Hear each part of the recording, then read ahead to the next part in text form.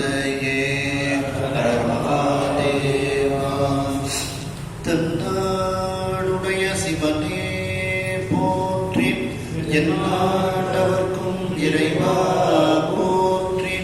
கலைநிறை கணபதிக்கு சரணம் சரணம். திருச்செந்தூர் முருகனுக்கு அரோகரா. கைலாய பரம்பரையை சிவஞான போத நெறி காட்டும் வெண்ணை பயில் வாய்மை கண்டான் சந்ததி கோமை ஞான பானுவாயே. குயிலாரும் பொழில் திருவாவடு துறைவாள் ஒரு நமச்சிவாய தேவன். சயிலாதி மரபுடையோ திருமரபு நீடோடி தழைகமாதோ. திருவாவடுதுறை ஆதீன ஸ்ரீல ஸ்ரீ குருமாசன்னிதானம் அவர்கள் பொன்னார் திருவடிகளை வணங்கியும், தருமபுராதீனம் ஸ்ரீல ஸ்ரீ குருமாசன்னிதானம் அவர்கள் பொன்னார் திருவடிகளை வணங்கியும், தருமபுராதீன ஸ்ரீமத் மீனாட்சி சுந்தர தம்பிரான் சுவாமிகள் பொன்னார் திருவடிகளை வணங்கியும், இந்த திருவிளையாடல் புராண சிந்தனையை செவ்வனே நடத்தி கொண்டிருக்கக்கூடிய கனடாவில் இருக்கக்கூடிய திரு மோகன் பிரேம்குமார் ஐயா அவர்களுக்கு வணக்கத்தை நன்றி தெரிவித்து உங்கள் அனைவருக்கும் மாலை நேர வணக்கத்தை தெரிவித்துக் கொள்கிறேன்.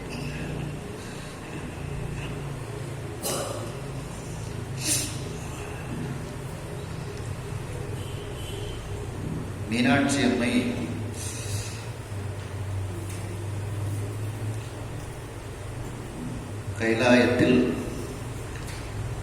கைலாயத்தை நோக்கி தன்னுடைய படைகளை கொண்டு செல்கின்றார்கள்.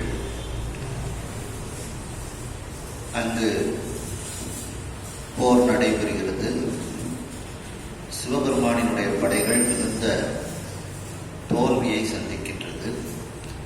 இதையெல்லாம் நந்தியம்பெருமான் எடுத்து சொல்ல சிவபெருமான் போர்க்களத்திற்கு வருகின்றார். வந்தவுடன் அம்மையினுடைய 3 மார்பகங்களில் ஒன்று மறைந்து விடுகிறது. இவர்தான் கணவன் என்று தெரிந்து கொள்கின்றார். உடனே சுவாமி சித்திரை மாதம் திங்கட்கிழமை அந்த நல்ல நாளில் உன்னை வந்து திருமணம் செய்து கொள்கின்றேன், இப்பொழுது நீ மதுரைக்கு செல்வாயாக என்று கூறுகின்றார்கள். மீனாட்சி அம்மை மதுரைக்கு வருகின்றார்கள். அங்கு அந்த மண்டபங்கள், திருமண மண்டபம், வேள்விச்சாலைகள், மதுரையை எப்படி அலங்காரம் செய்கின்றார்கள் என்பதை பற்றி நாம் சிந்தித்துக் கொண்டு இருந்தோம். 664வது பாடல். பித்தி மாதவி சம்பகம் பாதிரி பிறவும் மண்டபம் சூட.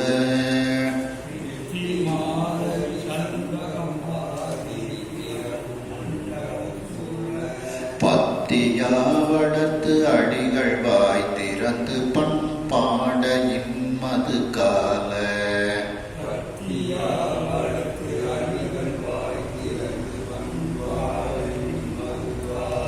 தத்தி ஆய்மனம் கவர்ந்து சாடத்தொரு தவழ்த்து ஒழுகு இழம் தென்றல்.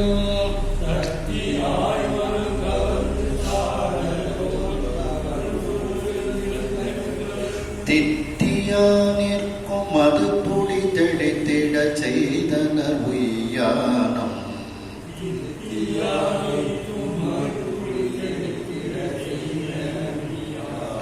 234வது பக்கம். 234 பக்கம். பித்தி அப்படின்னா சிறு செண்பகம், இதெல்லாம் பூக்கள். மாதவிங்கிறது குறுக்கத்து. ஷண்பகம் பாதிரி மலர். பிறவும் மண்டபம் சூட.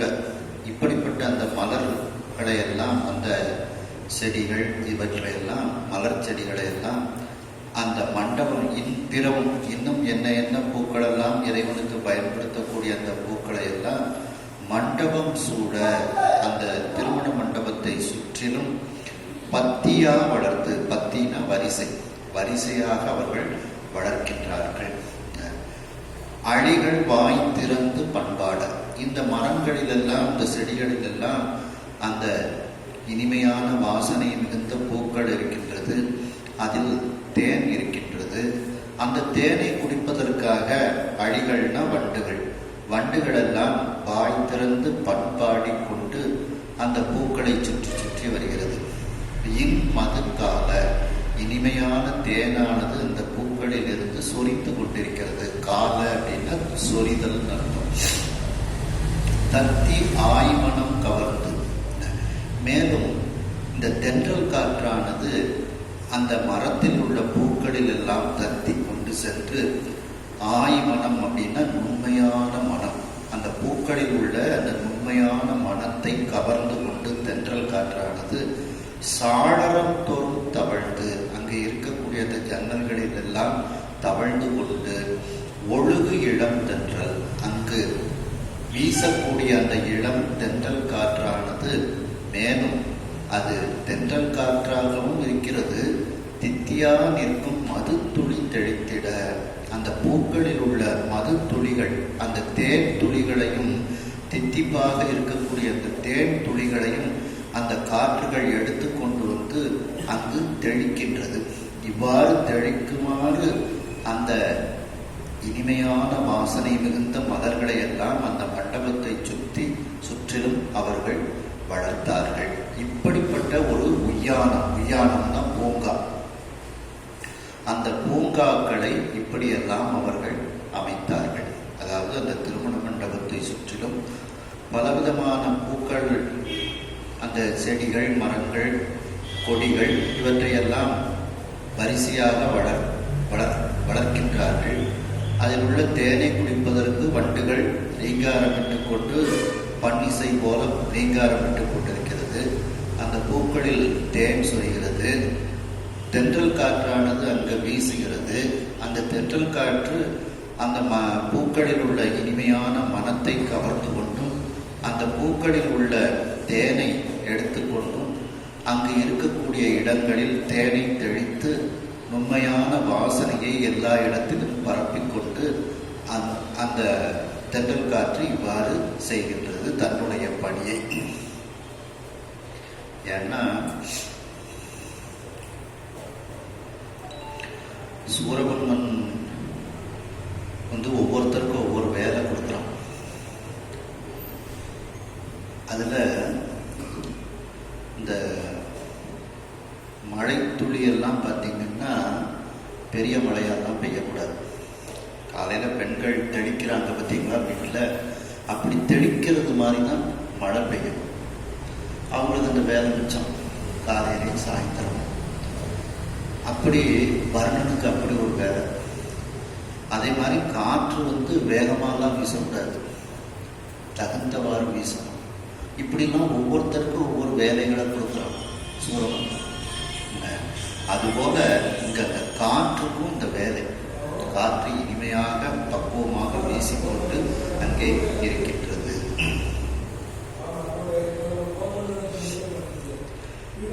வேள்விச்சாலையும் வேதியும்,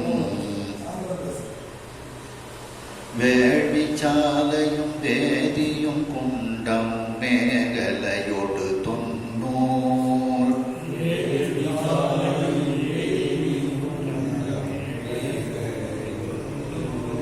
கேள்வி சார்பினால் கண்டு கண்ணடி விடை கிடர் சுடர் சீவர்சம்,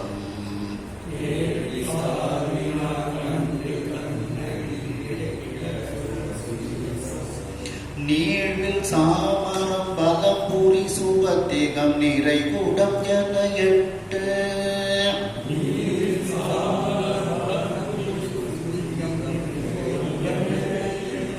வாழ்விட்டு ஓங்கு மங்களம் தொழில் செய் பொறி வகையினர் நிருமித்தார்.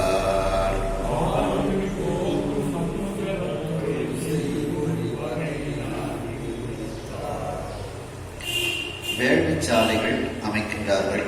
திருமணம்னா நம்ம இதுல வேள்விகள் வளர்த்து அக்னியை சாட்சியாக வைத்து திருமணம் செய்வது என்பது நம்முடைய மரபு. அதுபோல அந்த திருமண மண்டபத்தில் வேள்விச்சாலைகள் அமைக்கின்றார்கள்.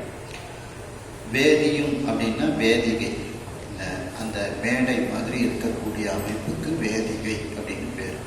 அந்த வேதிகையை அமைக்கின்றார்கள்.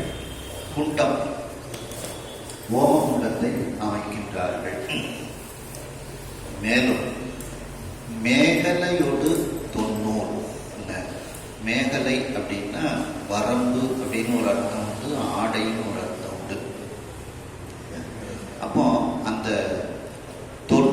தொன்னூல்னா பழமையான அந்த ஆகமங்களில் எப்படியெல்லாம் சொல்லப்பட்டிருக்கிறதோ, தொன்னூல்ங்கிறது இந்த ஆகமங்கள், அந்த சிவாகமங்களில் அதனுடைய வரையறைகள், வரம்புகள், மேகலைன்னா வரம்புகள், அந்த வரம்புகள் எல்லாம் இப்படி வேள்விகள் அமைக்க வேண்டும், இப்படி வேள்விச்சாலை அமைக்க வேண்டும், இப்படி வேதிகை அமைக்க வேண்டும், அந்த குண்டங்கள் எல்லாம் இப்படி இருக்க வேண்டும் என்கின்ற வரம்பிற்கு உட்பட்டு, மேகலையோடு அப்படின்னா வரம்பிற்கு உட்பட்டு தொன்னூல் கேள்வி சார்பினால் கண்டு. தொன்னூல்னா சிவாகமங்கள்.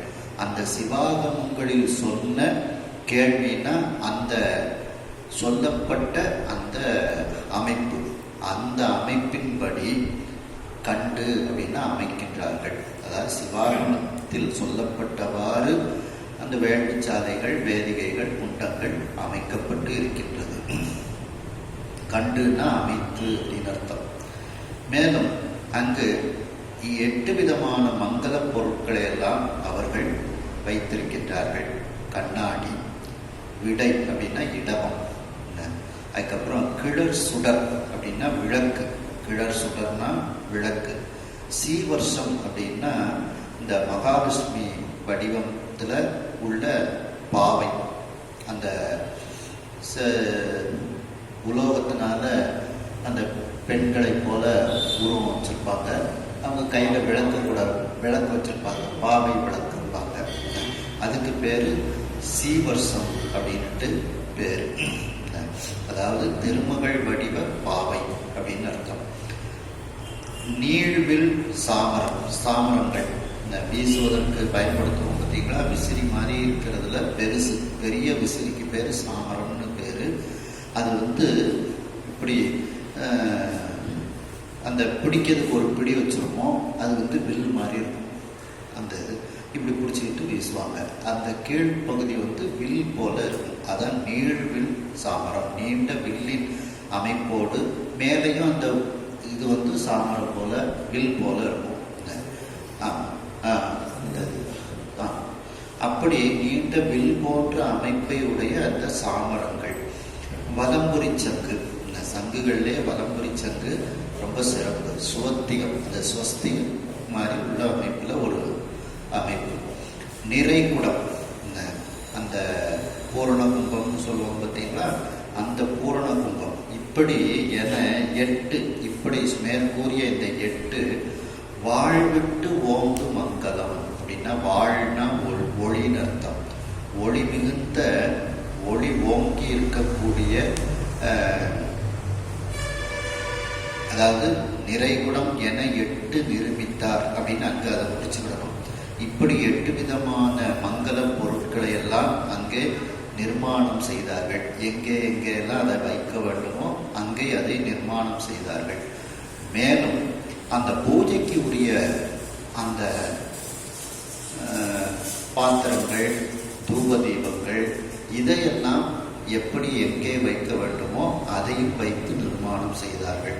அந்த பூஜை பொருட்கள் எல்லாம் எப்படி இருக்கின்றது என்றால், வாழ்விட்டு ஓங்கு மங்களம். வாழ்னா ஒளி மிகுந்து ஒளி ஓங்கி இருக்கக்கூடிய மங்களமான தொழில். வேள்வி வளர்த்தல், பூஜை செய்தல், இப்படிப்பட்ட தொழில் மங்களமான தொழில். அந்த மங்களமான தொழிலை செய்யக்கூடிய பொறி, அந்த தூப தீபங்கள், அந்த பூஜைக்குரிய நைவேத்திய பாத்திரங்கள், இவற்றையெல்லாம் வேள்விக்குரிய பொருட்கள், அந்த பாத்திரங்கள், இவற்றையெல்லாம் வகையினால் நிரூபித்தார். எங்கே எங்கே அவற்றையெல்லாம் வகைப்படுத்தி அமைக்க வேண்டுமோ அங்கே அவற்றையெல்லாம் அவர்கள் நிர்மாணம் செய்தார்கள். அதாவது வேள்விச்சாலைகள், வேதிகை, குண்டங்களை எல்லாம் சிவாகம நூல்படி அமைக்கின்றார்கள். இந்த கண்ணாடி இடபம், விளக்கு, திருமகள் வடிவ பாவை, நீண்ட வில் போன்ற சாமரம், வலம்புரிச்சத்து, ஸ்வஸ்திகம், நிறைகுடம், இப்படி 8 விதமான மங்கள பொருட்களை அமைக்கின்றார்கள். ஒளி பொருந்திய மங்களமான பூஜை தொழில்கள், வேள்வி தொழில்கள் செய்யக்கூடிய அந்த பாத்திரங்கள், தூப தீபங்களை எல்லாம் எங்கே எங்கே அமைக்க வேண்டுமோ அங்கே எல்லாம் அவர்கள் அமைக்கின்றார்கள். மணம்பொல் சாந்தோடு குங்கும போது அழாய் மான்மதம் பனி நீர் தோய்த்து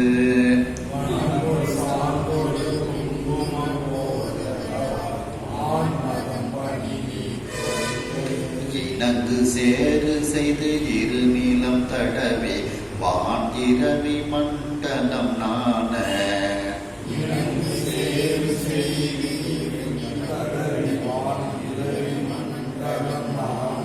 பணம் கொள்ளாகமா மணி விளக்கு இரு கையும் பாவைகள் எடுத்து ஏத்த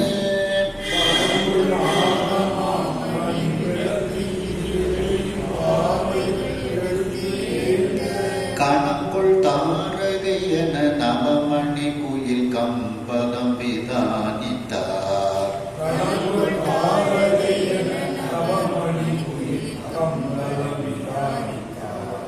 அதாவது மனம் மிகுந்த சந்தனம், குங்குமம், இந்த குங்குமப்போது, அதாவது குங்குமப்பூ, அந்த வாசனை மிகுந்த சந்தனம், குங்குமப்பூ, இவற்றையெல்லாம் கலந்து அழாய் அப்படின்னா கலந்து, மான்மதம், மான்மதம்னா கஸ்தூரி, பனி நீர் தோய்த்து மிகவும் குளிர்ச்சியான தண்ணீரில் இவற்றையெல்லாம் ஒன்றாக சேர்த்து இணங்கு சேறு செய்து, அப்படின்னா எல்லாம் ஒன்னோட ஒன்று இணங்கி இருக்குமாறு அவற்றை சேறு சகதி போல செய்கின்றார்கள். அப்படின்னா வித்தியாசம் தெரியாமல் இந்த பொருட்களை எல்லாம் மிகவும் மையாக அரைச்சு ஒரு கலவையை அவர்கள் உருவாக்குகிறார்கள்.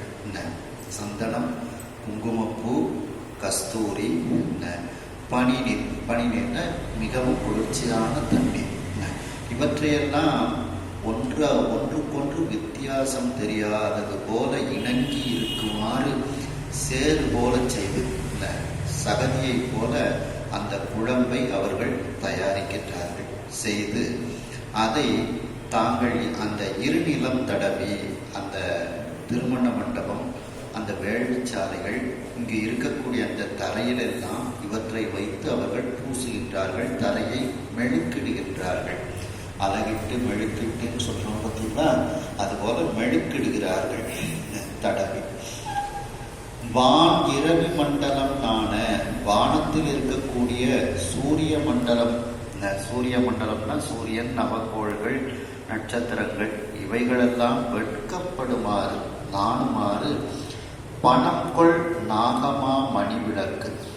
பணம் கொள்னா பணம்னா படம், பாம்பினுடைய படம், அந்த படம் எடுத்து கொண்டிருக்கக்கூடிய நாகமணிகள், நாகமாமணின்னா நாகரத்னம், அந்த நாகமணிகள் மணிகளை விளக்கு இருக்கக்கூடிய இருக்கையும் பாவைகள் எடுத்து ஏற்ற, அதாவது பாவை விளக்குன்னு சொல்றோம் பார்த்தீங்களா, அந்த பாவை விளக்கு வச்சிருக்காங்க.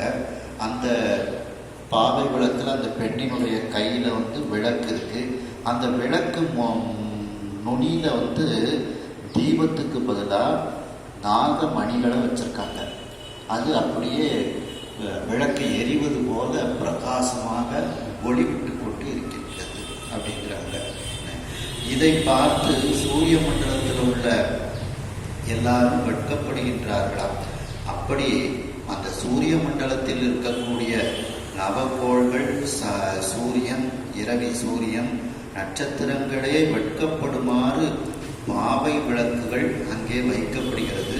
அந்த பாவை விளக்குகளில் நுனியில் தீபத்திற்கு பதிலாக நாகரத்தினங்கள், படம் எடுக்கக்கூடிய நாகரத்தினங்கள், அந்த நாகரத்தினங்கள் பதிக்கப்பட்டு இருக்கின்றது. அந்த பாவை விளக்குகள் அங்கங்கு அமைக்கப்படுகிறது. கணம்கொள் தாரகை என நவமணி குயில் கம்பளம் விதாடித்தார். கம்பளங்கள் மேலே அந்த பந்தல் போல கம்பளங்களை அவர்கள் விதானித்தல் அப்படின்னா மேற்கட்டியாக கட்டுதல் அப்படின்னு அர்த்தம். மேலே அந்த பந்தல் போல கம்பளங்களை அவர்கள் அமைக்கின்றார்கள். அந்த கம்பளம் எப்படி இருக்கின்றது அப்படின்னா, அந்த கம்பளத்துல நிறைய நவரத்தினங்களை பதித்திருக்கின்றார்கள். அந்த நவரத்தினங்கள் எப்படி இருக்கின்றது அப்படின்னா, நட்சத்திர கூட்டங்கள் இங்கே வந்து விட்டதோ அப்படின்னு சொல்லக்கூடிய அளவிற்கு அந்த கம்பளத்தில் நவரத்தினங்களை அவர்கள் பதித்திருக்கின்றார்கள். கணம்கொள் தாரகை என, கணம்னா கூட்டம், கூட்டமாக நட்சத்திரம், தாரகைனா நட்சத்திரம், அந்த கூட்டமான நட்சத்திரங்கள் தான் இங்கு வந்து விட்டதோ என்று சொல்லுமாறு நவமணிகள், அந்த நவரத்தினங்களை, குயில் அப்படின்னா பதித்த அப்படின்னு அர்த்தம், கம்பளம் விதானித்தார். அந்த நவமணிகள் பதித்த கம்பளங்களை எல்லாம் மேலே அழகாக அவர்கள் பந்தலாக மேற்கட்டியாக அவர்கள் கட்டி வைத்தார்கள்.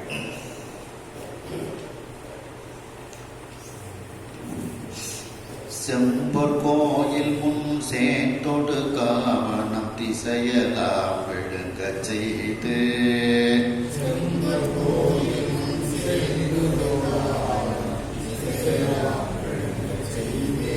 அம்பொற் பாலிகை பாண்டில் வாய் உழைத்தடித்து அம்புயர்த்தவன் ஆதி,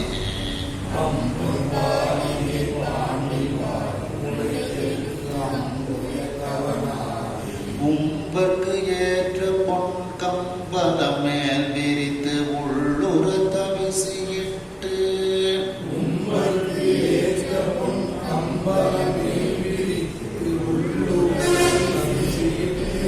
தும்பை தாழ் சடையான் தமக்கு ஆதனம் சூழையிட்டு அதன் நாற்பம்,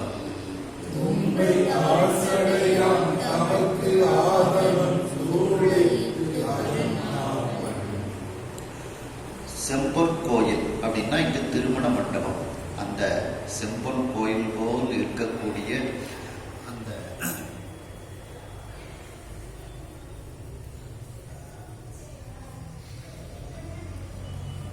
அந்த திருமண மண்டபத்தில் சேத்தொடு காவணம், அதாவது சேன்னா ஆகாயம், அந்த வானடாவிய வானத்தை தொடுமாறு காவணம் செய்கின்றார்கள். காவணம்னா பந்தல், ஆகாயத்தை தொடுமாறு சேத்தொடு வானடாவிய பந்தல்களை எல்லாம் அமைக்கின்றார்கள்.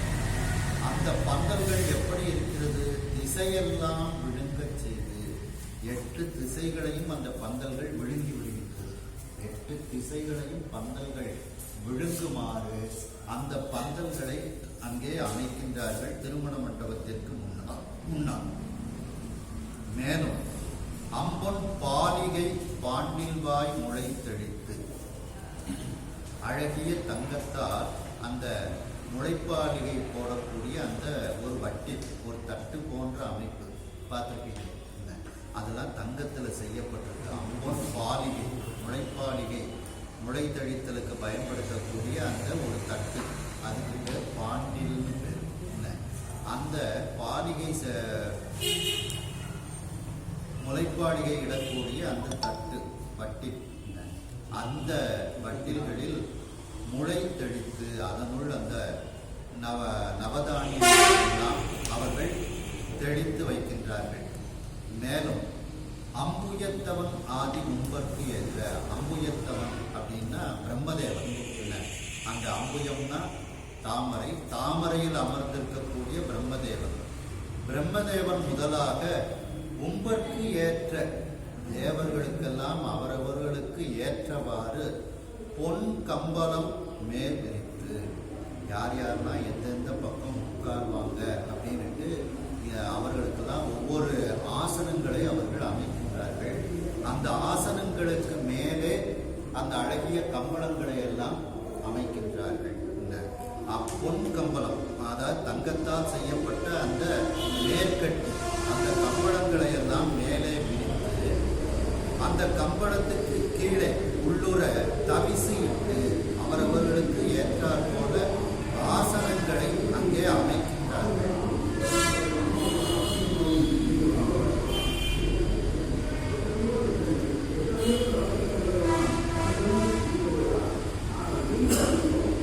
அந்த ஆசனங்களை எல்லாம் அங்கே அமைக்கின்றார்கள்.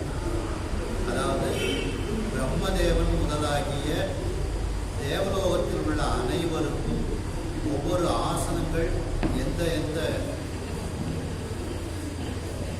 பிரம்மதேவன் முதலாகிய தேவலோகத்தில் உள்ளவர்களுக்கு அந்த தேவர்களுக்கு ஏற்றாற் போன்று தவிசிட்டு, தவிசுன்னா ஆசனம், ஆசனங்களை எல்லாம் அமைக்கின்றார்கள்.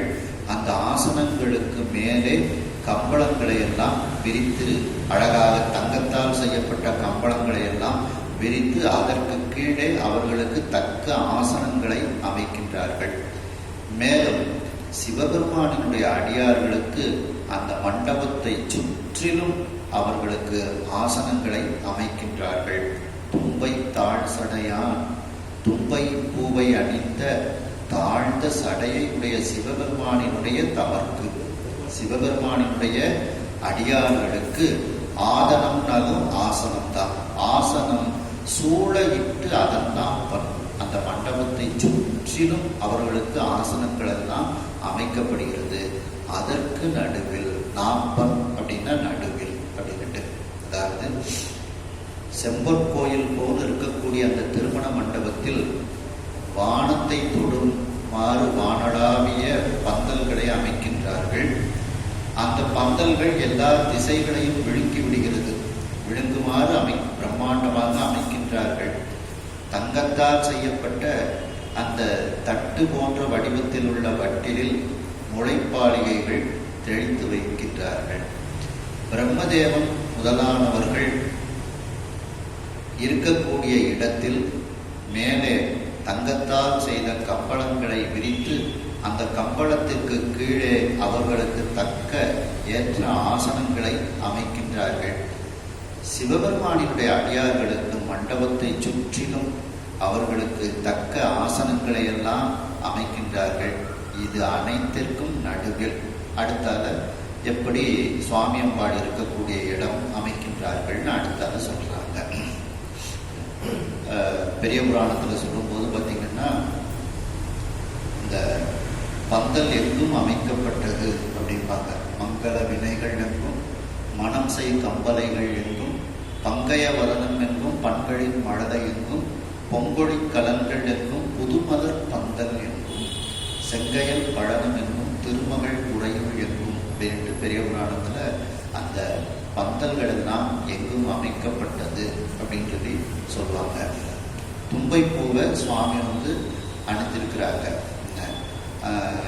கந்தர் அலங்காரத்தில் சொல்லும்போது பார்த்தீங்கன்னா, பேற்றை தவம் சற்றும் இல்லாத என்னை பிரபஞ்சம் என்னும் சேற்றை கடிய வழிவிட்டவா, செஞ்சடாடவி மேல் ஆற்றை பணியை இதழியை தும்பையை, அம்புலியின் கீற்றை புனைந்த பெருமான் குமாரன் கிருபாகரனே அப்படின்ட்டு அப்படி தும்பை பூவை அணிந்த அந்த தாழ்ந்த சடையை உடைய சிவபெருமான் அப்படின்ட்டு இந்த வரலாறு தெரியும் உங்களுக்கு. தும்பைப்பூ வேண்டுவது உடனே அந்த தும்பப்பூவை எடுத்து சுவாமி தன்னுடைய தலையில வைத்துக் கொள்கின்றார்.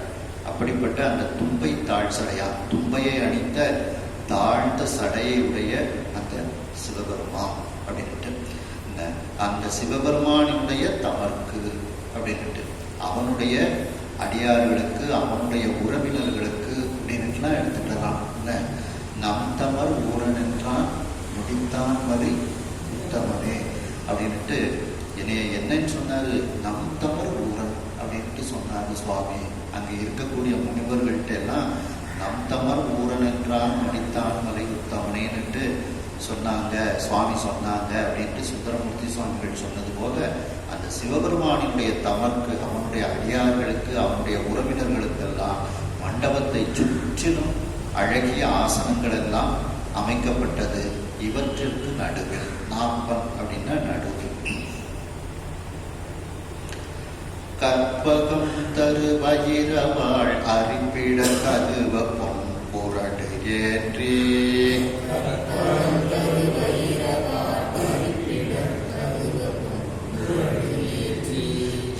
படும் துகிரால் கூடம் சதுரமாயியற்றிய எருத்தத்தோன்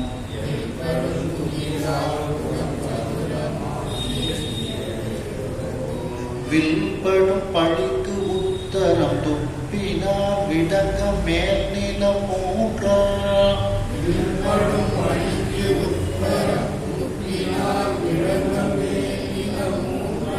பொற்ப நூல்வழி விமானம் பன்மணிகளால் பொழிய செய்து உள்ளாக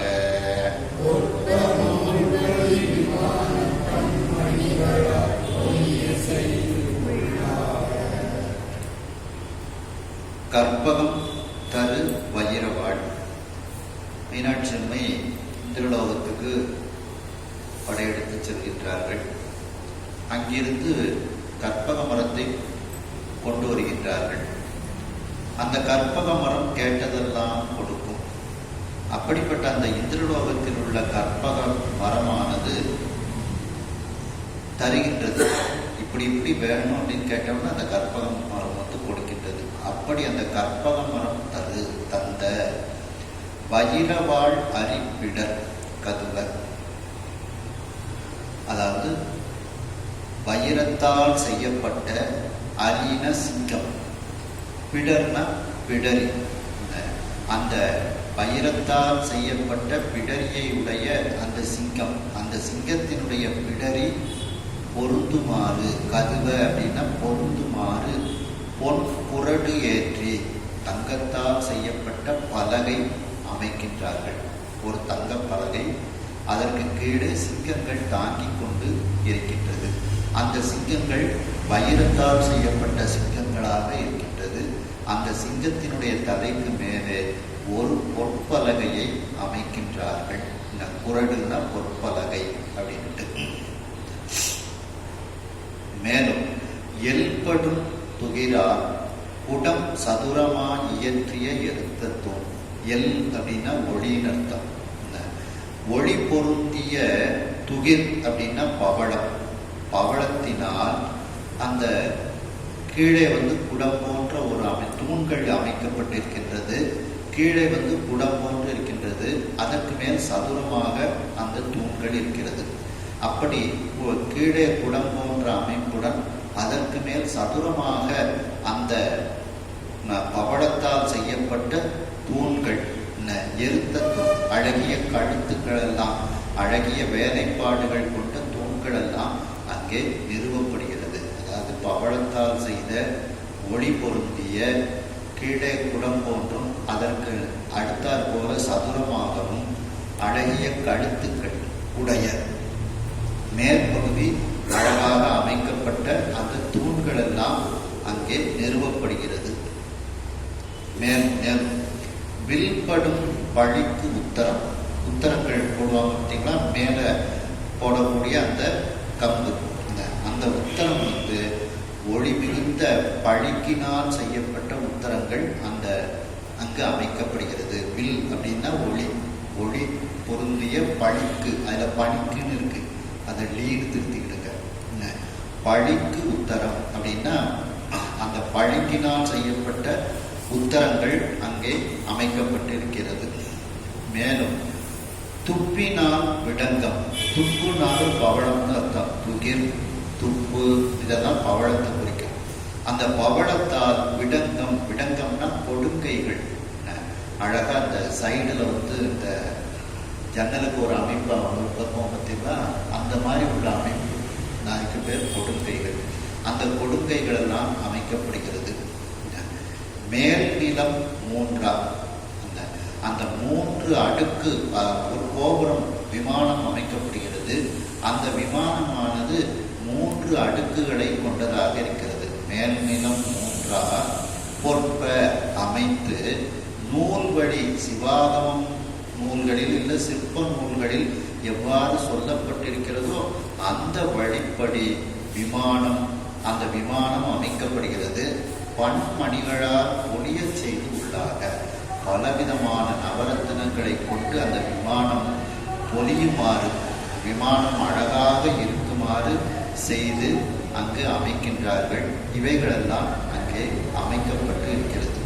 அதாவது கற்பக மரத்திலிருந்து பெற்ற வைரத்தால் செய்த சிங்கங்கள் தாங்குமாறு ஒரு அழகான பொற்பலகை அங்கே அமைக்கப்படுகிறது.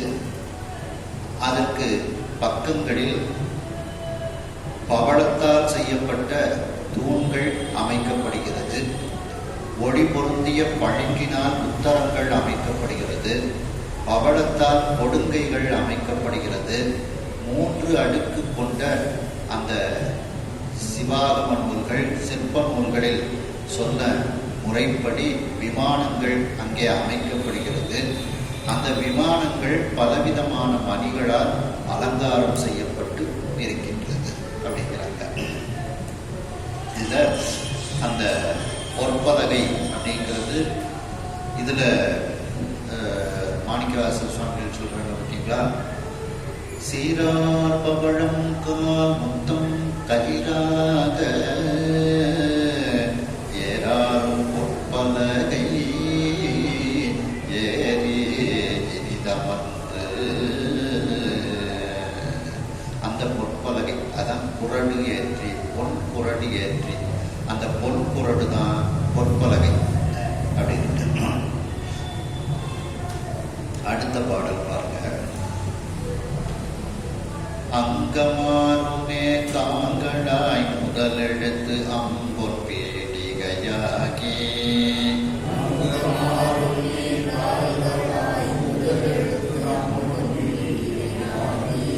துங்க நாமரை நூல்களே நித்திலம் தொடுத்து அசைத்தாங்கி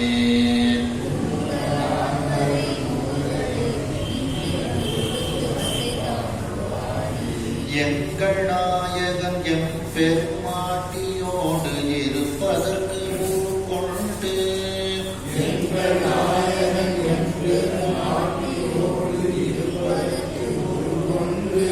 தங்கினால் என நமமணி குழின்ற பொன் தவிசு அது சமைத்திட்டார்.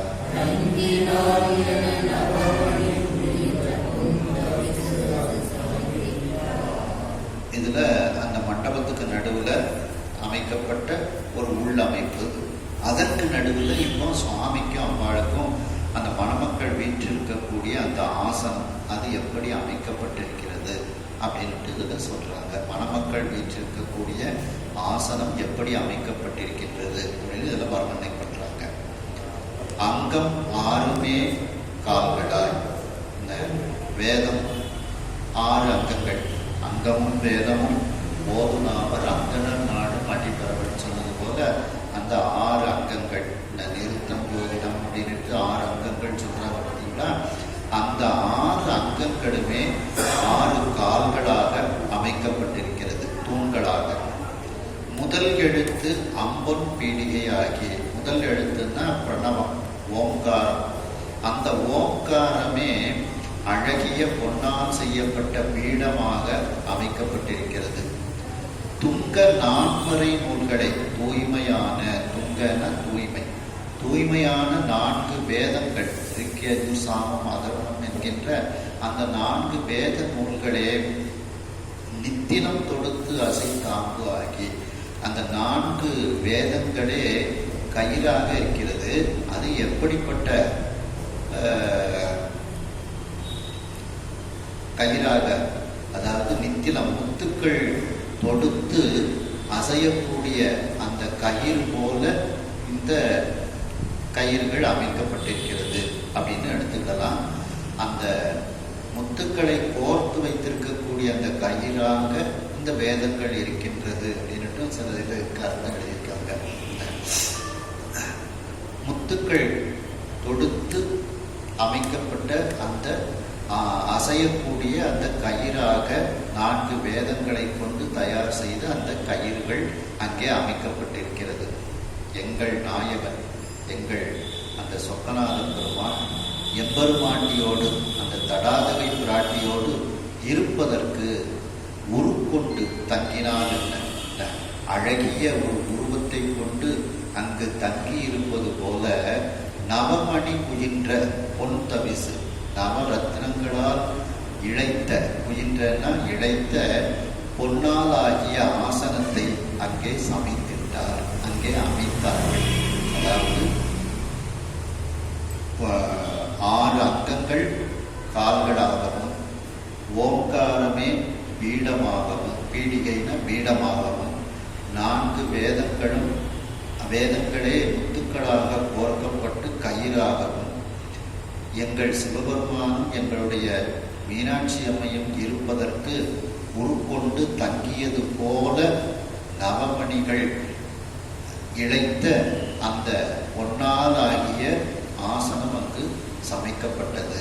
அப்போ பொன்னாலாகிய ஆசனம் அங்கே செய்யப்பட்டு இருக்கின்றது.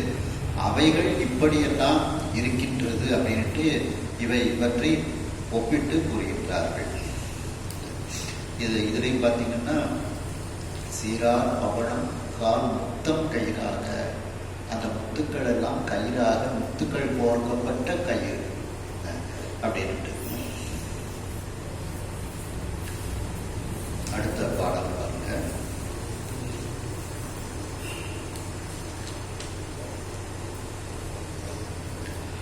புரந்தரன் தரு கற்பகம் பொலம்புகில் பூம் முதலிய நல்க,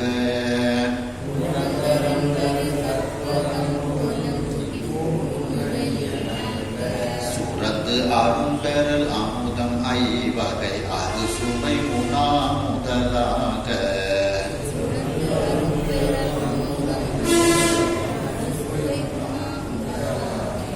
பரந்த தெய்வ ஆம்பய பசிந்தாமணி பற்பலம் சிந்தித்து,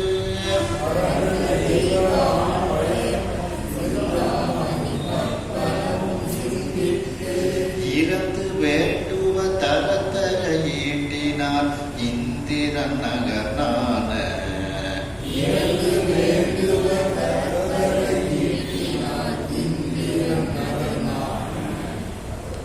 புரந்தரன் தரு கற்பகம். புரந்தரன்னா இந்திரன்.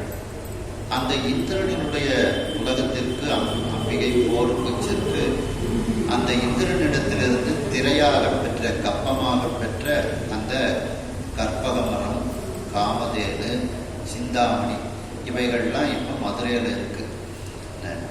அந்த கற்பக மரத்திட்ட சொல்றாங்க, அந்த கற்பக மரம் என்னெல்லாம் கொடுக்கின்றது அப்படின்ட்டு சொல்றாங்க. அந்த கற்பகம் பொலம் துகில் பொன்னால் செய்யப்பட்ட ஆடைகள், பொன்னால் செய்யப்பட்ட ஆபரணங்கள் முதலிய நன்க, அதாவது இந்திரனிடத்திலிருந்து பெறப்பட்ட அந்த கற்பக மரமானது பொன்னாடைகள், பொன் ஆபரணங்கள் இவற்றையெல்லாம் எது எது வேணுமோ அதையெல்லாம் கொடுக்கின்றது. மேலும் சுரந்து அரும்பெறல் அமுதம் ஐவகை, இனிமையை சுரக்கக்கூடிய அந்த, அதாவது பரந்த முதலாக பரந்த தெய்வ ஆண் பயப்ப. தெய்வ ஆண் அப்படின்னா தெய்வீகத்தன்மை பொருந்திய அந்த பசு, அதான் காமதேனு. தெய்வ ஆண்னா காமதேனுன்னு அர்த்தம். அந்த காமதேனு எதையெல்லாம் கொடுக்கின்றது அப்படின்னா சுரந்து அரும்பெறல் அமுதம் ஐவகை, அமுதமாக 5 விதமான அமுதமாக இருக்கக்கூடிய அவற்றை யாராலும் பெற முடியாத அந்த 5 விதமான அமுதத்தை சுரந்து அப்படின்னா கொடுக்கின்றது. எது? அந்த காமதேனு பசு. அதாவது பஞ்சாமிர்தம் அப்படின்னு சொல்றோம். பால், தயிர், நெய், கோமயம், கோசலம்னு எடுத்துக்கிட்டதான். இன்னும் இதற்கு பாக்கம் சுவாமிகள் பஞ்சாமிர்த வண்ணம்னே பாடுதாங்க. அதில் அந்த பால், தயிர், நெய் சொல்லிட்டு அதுக்கப்புறம் இந்த கருப்பஞ்சாறு இன்னொன்று ஒன்று சொல்லுவாங்க, கனிகள் இந்த மாதிரி சொல்லுவாங்க. அப்படியும் அந்த பஞ்சாமிர்தம்ங்கிறத 2 விதமாக எடுத்துக்கொள்ளலாம். அப்படி அந்த காமதேனுங்கிற பசு 5 விதமான அமுதத்தை எல்லாம் சுரந்து கொடுக்கின்றது. மேலும் அந்த காமதேனு பசு என்ன கொடுக்கின்றது? அறுசுவை உணாந்தலாக 6 விதமான சுவை உடைய அந்த உணவுகள் முதலாக பரந்த தெய்வ ஆண் பயப்ப, அந்த மிகவும் சிறந்த அந்த தெய்வீகத்தன்மை பொருந்திய இந்திரனுடைய உலகத்தில் இருக்கக்கூடிய அந்த காமதேனுங்கிற பசுவானது அங்கே வரக்கூடியவர்களுக்கு கொடுக்கின்றது. மேலும் சிந்தாமணி, அந்த சிந்தாமணி மணி பக்கத்தில் போய் எனக்கு இது வேணும்னு நம்ம சிந்தித்தால் போதும், நினைத்தால் போதும், உடனே கொடுத்துரும். அப்படி அந்த சிந்தாமணியானது பற்பலவும் சிந்தித்து அதற்கு பக்கத்தில் சென்று எது எதெல்லாம் வேண்டுமோ அது போன்ற அந்த பலவற்றையும் நினைத்து கேட்டவுடன், சிந்தித்துனா நினைத்து கேட்டவுடன், இறந்து வேண்டுவ தர தர, இதெல்லாம் எனக்கு வேண்டும் அப்படின்ட்டு அந்த சிந்தாமணிகிட்ட இறந்து கேட்டவுடன் அதையெல்லாம் கொடுத்து கொண்டே இருக்கிறது. அது தர தர கொடுத்து கொண்டே இருக்கிறது, கேட்டதையெல்லாம் கொடுத்து கொண்டு இருக்கிறது அந்த சிந்தாமணி. ஈட்டினால் இந்திரன் நகர்னான, இந்த மேற்கண்ட பொருட்களை எல்லாம் ஒன்றாக சேர்த்தார்கள் மதுரை மாநகரத்தில் இருக்கக்கூடியவர்கள். இந்த பொருட்களை பார்த்து இந்திரனுடைய நகராகிய இந்திரலோகமே வெட்கப்படுகிறதாம். நம்மள்கிட்ட கூட இப்படிப்பட்ட இது இல்லையே, மதுரை மாநகரத்தில் இருக்க அப்படின்ட்டு இந்திரனுடைய அந்த நகரமே வெட்கப்படுமாறு இந்த 3 விதமான தெய்வத்தன்மை பொருந்திய இவற்றிலிருந்து கல்யாணத்திற்கு தேவையான அனைத்தையும் அந்த மதுரை மாநகரத்தில் இருக்கக்கூடியவர்கள் பெற்றுக்கொள்கிறார்கள். அதாவது கற்பக மரத்திலிருந்து பொன்னாடை, பொன் ஆபரணங்கள், காமதேனு என்கின்ற பசுவினிடத்திலிருந்து 5 விதமான அமிர்தம், பால், தயிர், நெய், கோமயம், கோசனம், இன்னும் அந்த கரும்பு போன்ற பழ வகைகள் இதெல்லாம் எடுத்துக்கலாம். மேலும் அறுசுவை உணவுகள் இவற்றையெல்லாம் காமதேனுவிடத்திலிருந்து பெறுகின்றார்கள். சிந்தாமணியினிடத்தில் சென்று நினைத்து கேட்ட அனைத்தையும் அவர்கள் பெறுகின்றார்கள். இப்படி இந்திரனினுடைய நகரமே வெட்கப்படுமாறு அந்த மதுரையில் என்ன என்ன செல்வச் செழிப்புகள் உண்டோ அவை அனைத்தும் அங்கு நிறைந்து இருக்கின்றது அப்படிங்கிறாங்க.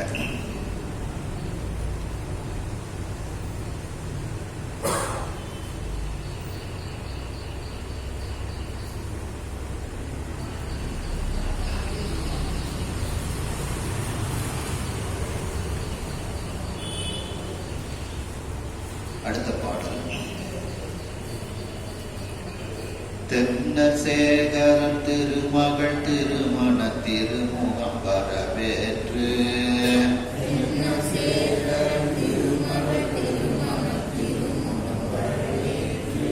மன்னர் வந்து எதிர் தொழுது கை கொண்டு மணிமுடி விசையேற்றே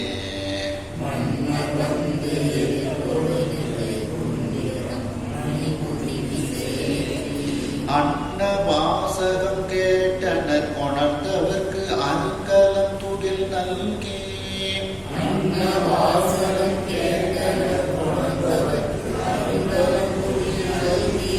முன்னர் ஈர்த்து எழு கழிப்பு உற மனத்தினும் முந்தினர் வழி செல்வார்.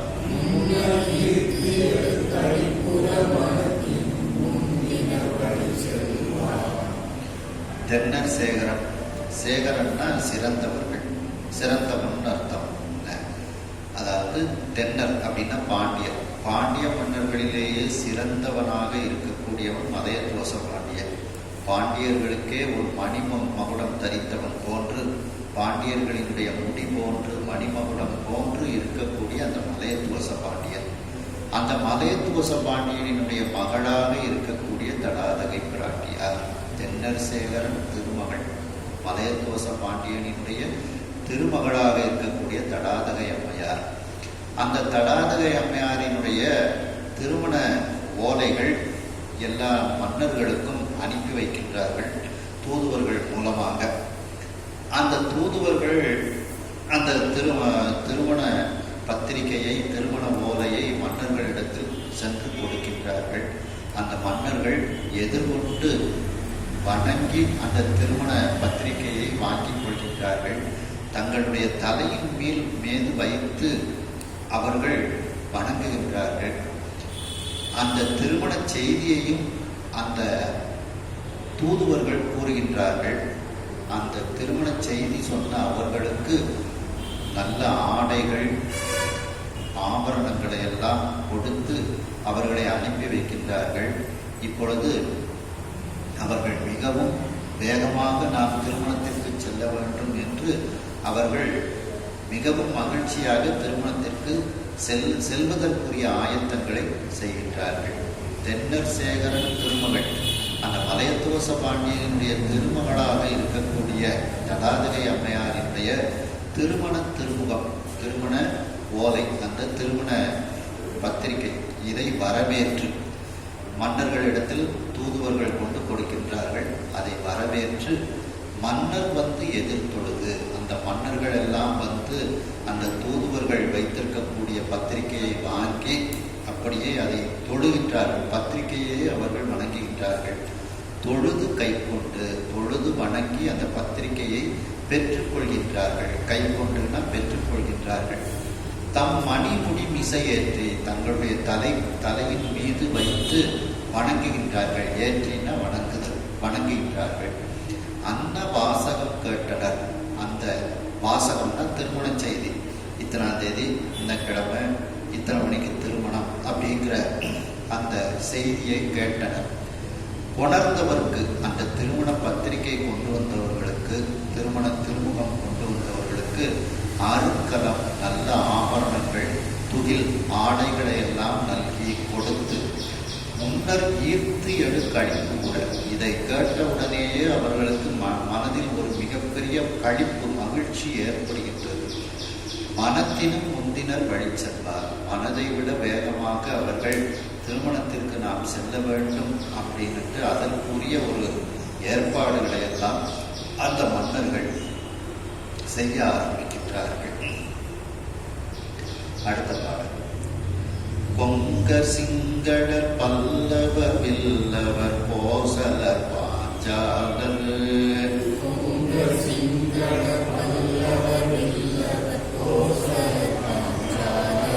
வங்கர் சோனகர் சீனர்கள் சாடுவர் மாடுவர் காம்போசர்,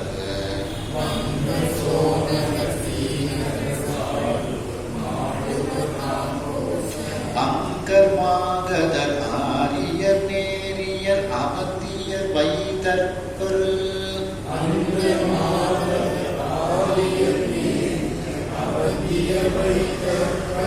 கங்கர் பொங்கனர் விராடர்கள் மராடர்கள் கருநாடர் குருநாடர்,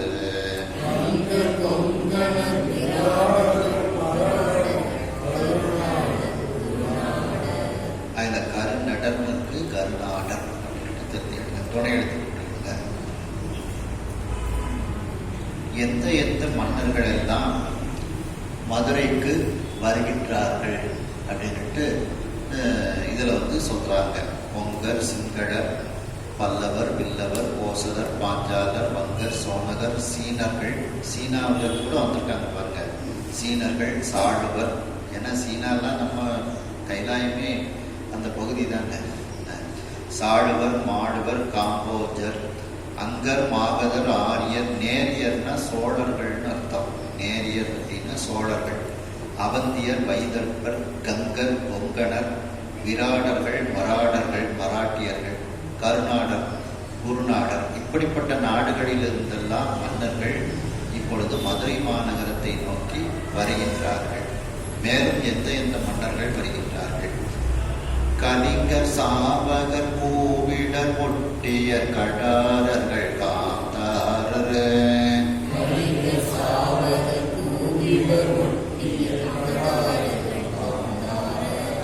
குலிகர், கேகயர், விதேகர்கள், பௌரவர், கொல்லர்கள், கல்யாணர்,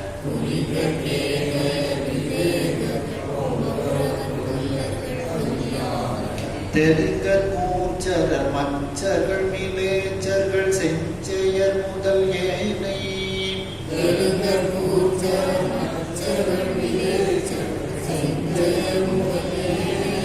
புலம்புள் மன்னர் துறைதோறும் இடைந்து பார் புதைபட வருகின்றார்.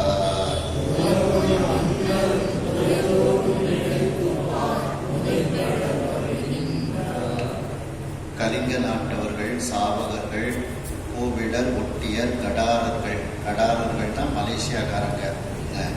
அந்த காந்தாரர், புலிங்கர், சேகர்கள், கௌரவர்கள், கொல்லர்கள், கல்யாணர், தெலுங்கர், கூர்ச்சரர், மச்சர்கள், மிலேச்சர்கள், செஞ்சையர் முதல் ஏனை புலங்கள் இன்னும் இவர்களை போல இன்னும் ஏனைன பல புலங்கள் பல நாட்டு மன்னர்கள் துறைதோறும் இடைத்து, துறைனா வழி, எல்லா வழிகளிலும் அவர்கள் சென்று வான் புதைப்பட வருகின்றார்கள். இந்த பூமியே தெரிய மாட்டுதான், அப்படி பூமியே புதைப்படுமாறு அவர்கள் வருகின்றார்கள்.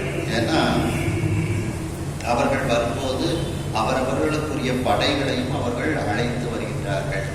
அப்படி வரும்போது பூமி எங்க இருக்கு, தரை எங்க இருக்குன்னு தெரியாத அளவுக்கு எல்லா நாட்டிலிருந்தும் மன்னர்களும் அவர்களோடு வரக்கூடிய அந்த படைகளும் மதுரை மாநகரத்தை நோக்கி வருகின்றார்கள். எல்லா வழிகளிலும் அவர்கள் வருகின்றார்கள். இத்தகை பல தேய மன்னவர்களும் என்னிடம் பெறாதே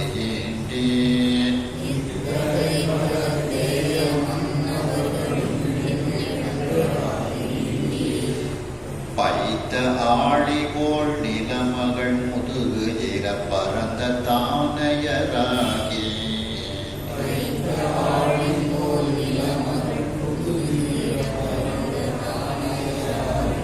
தத்தம் நாட்டுள்ள பல வகை வளனோடும் தடியே பல நெறி போரும்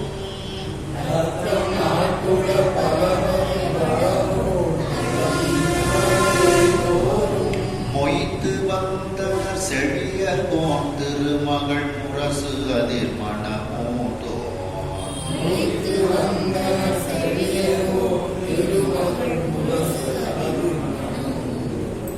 இத்தகை பல இவ்வாறு மேற்கூறியவாறு பல தேய மன்னவர்களும், தேயம்னா தேசம், பல தேசத்து மன்னவர்களும் மதுரையை நோக்கி வருகின்றார்கள். என்னிடம் பெறாது ஏண்டி, என்னிடம்னா எள்ளிடம், எள்ள போட்டா எடுக்க முடியாது, அந்த அளவுக்கு இடம் இல்லாது ஒன்றாக குழுமி வர இருக்கின்றார்கள் மதுரை மாநகரத்தில். ஈண்டி அப்படின்னா குழுமி இருத்தல். எள்ளுக்கு கூட இடமில்லாத அளவிற்கு எள்ளிடம் பெறாது ஈண்டி மதுரை மாநகரத்தில் மேற்கூறிய மன்னர்கள் எல்லோரும் வந்து சேருகின்றார்கள். மேலும் அவர்கள் எப்படி வருகின்றார்கள் அப்படின்னா, வைத்த ஆழி போல் நிலமகள் முதுகுயிர, கடல் போல அவர்கள் வருகின்றார்கள். ஆழின கடல், நிலமகள் முதுகுயிர, நிலமகளினுடைய பூமி தாயினுடைய முதுகு ஒளியுமாறு பரந்த தானையராகி மிகப்பெரிய சேனைகளோடு அவர்கள் வருகின்றார்கள். இந்த 4 விதமான படைகள், காலாட்படை, குதிரைப்படை, தேர்ப்படை, யானைப்படை, இப்படி 4 விதமான படைகளோடு அவர்கள் வருகின்றார்கள் மதுரையை நோக்கி. நிலமகளினுடைய முதுகு ஒடியுமாறு அவர்கள் நிலமகளால் தாங்க முடியவில்லை. அந்த கந்தபுராணத்துல கல்யாணம் நடக்கும்போது பார்த்தீங்கன்னா, இமவான் மகளுக்கு கல்யாணம் நடக்கும்போது பூமியே தாழ்ந்துருது. அதாவது அகத்தியருக்கு அனுப்புறாங்க நமக்கு, அகத்தியர் வந்து பூமியை சரி பண்றாங்க. அதுபோல இங்க வந்து அந்த பூமி தாயினுடைய முதுகு ஒடியுமாறு எல்லாம் மதுரைக்கு மிகப்பெரிய சேனைகளோடு, கடல் போன்ற சேனைகளோடு அவர்கள் வருகின்றார்கள். தானேன சேனை. மேலும் சும்மா வராங்களா, தத்தம் நாட்டு உள்ள பல வகை வளங்களும் தடியே, தங்கள் நாட்டில் இருக்கக்கூடிய பலவிதமான வளங்களை எல்லாம் மீனாட்சி அம்மைக்கு பரிசு பொருளாக தடியின எடுத்துக்கொண்டு அப்படின்னு அர்த்தம். பரிசு பொருளாக எடுத்துக்கொண்டு அவர்கள் வருகின்றார்கள். என்ன அவரவர்கள் நாட்டில் சிறந்த ஒரு பொருட்கள், சிறந்த அந்த உணவுகள், சிறந்த பழங்கள், இப்படி என்னெல்லாம் உண்டோ அந்த வளங்களை எல்லாம் அவர்கள் எடுத்துக்கொண்டு மீனாட்சி அம்மைக்கு கல்யாணத்துக்கு நாம கொடுக்க வேண்டும் என்று எல்லாவற்றையும் எடுத்துக்கொண்டு அவர்கள் வருகின்றார்கள். பல நெறிதோறும் மொய்த்து வந்தனர். பலவிதமான வழிகள், அந்த வழிகளெல்லாம் கடந்து மொய்த்து வந்தனர். எல்லோரும் ஒன்றாக சேர்ந்து ஒரே இடத்தில் கூடிவாறு வருகின்றார்கள். ஏன்னா சில பேர் பல நெறி, பலவிதமான வழிகள் அப்படின்ட்டு தரை மார்க்கமாக வரலாம், கடல் மார்க்கமாக வரலாம். இப்படி பலவிதமான வழிகளை அவர்கள் தேர்ந்து எடுத்துக்கொண்டு அவர்கள் வருகின்றார்கள். ஆற்ற படகுகளை வச்சு வரலாம். இப்படியெல்லாம் பலவிதமான வழிகளை அவர்கள் வைத்து கொண்டு அந்த மதுரையை மொய்த்தது போல அங்கு மொய்த்து அவர்கள் கூட்டமாக அங்கு வந்து சேர்கின்றார்கள். எங்கே வருகின்றார்கள்? செழியர்கோன் திருமகள். செழியர்னா பாண்டியர், பாண்டிய மன்னர்களினுடைய திருமகளாக இருக்கக்கூடிய தடாதகை பிராட்டி இருக்கக்கூடிய முரசு அதிர் மனம் மூதோர். அந்த முரசுகள் அதிர்ந்து கொண்டிருக்கக்கூடிய மணவிழா காணக்கூடிய பழமையான ஊராக இருக்கக்கூடிய அந்த மதுரை மாநகரத்திற்கு இந்த அரசர்கள் எல்லாம் வந்து சேர்ந்தார்கள்.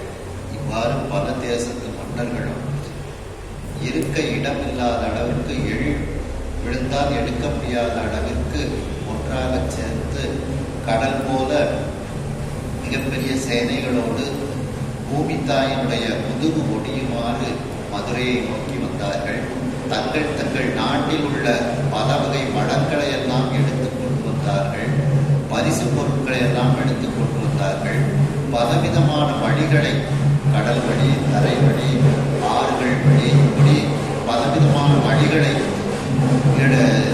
அடைந்து மதுரையை வந்து சேர்ந்தார்கள்.